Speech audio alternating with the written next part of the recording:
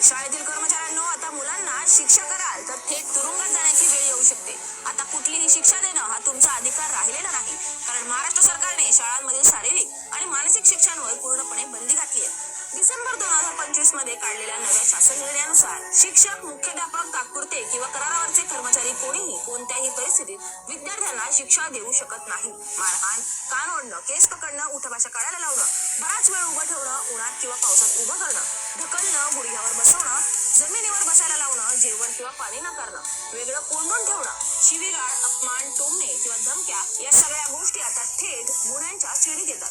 ही केवळ सूचना नाही तर कायदेशीर आदेश आहे.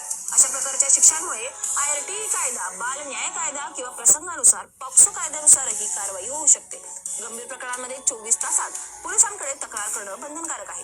हा आदेश महाराष्ट्रातील सर्व शाळांना लागू होणार आहे. सरकारी असोत, अनुदानित असोत किंवा खासगी, राज्य मंडळ, CBSE, ICSE किंवा आंतरराष्ट्रीय बोर्ड असो, शाळेच्या वतीने विद्यार्थ्यांशी संपर्कात येणाऱ्या प्रत्येक जण या नियमांच्या कक्षेत येतो. शाळांना तक्रार निवारण व्यवस्था ठेवणं, पुरावे जपणं, पालकांच्या परवानगीशिवाय विद्यार्थ्यांचे फोटो किंवा व्हिडिओ वापरू नयेत आणि अनावश्यक खासगी किंवा सोशल मीडियावरचा संपर्क टाळणंही बंधनकारक करण्यात आले. पण मग प्रश्न उरतोच, विद्यार्थ्यांना शिक्षा दिली नाही तर त्यांच्या चुका कशा सुधारायच्या, शिस्त कशी लावायची, भीती न घालता जबाबदारीची जाणीव कशी करून द्यायची, आणि शिक्षण जर शिक्षेवर नाही तर समजुतीवर आधारलं असेल तर आपण त्यासाठी तयार आहोत का?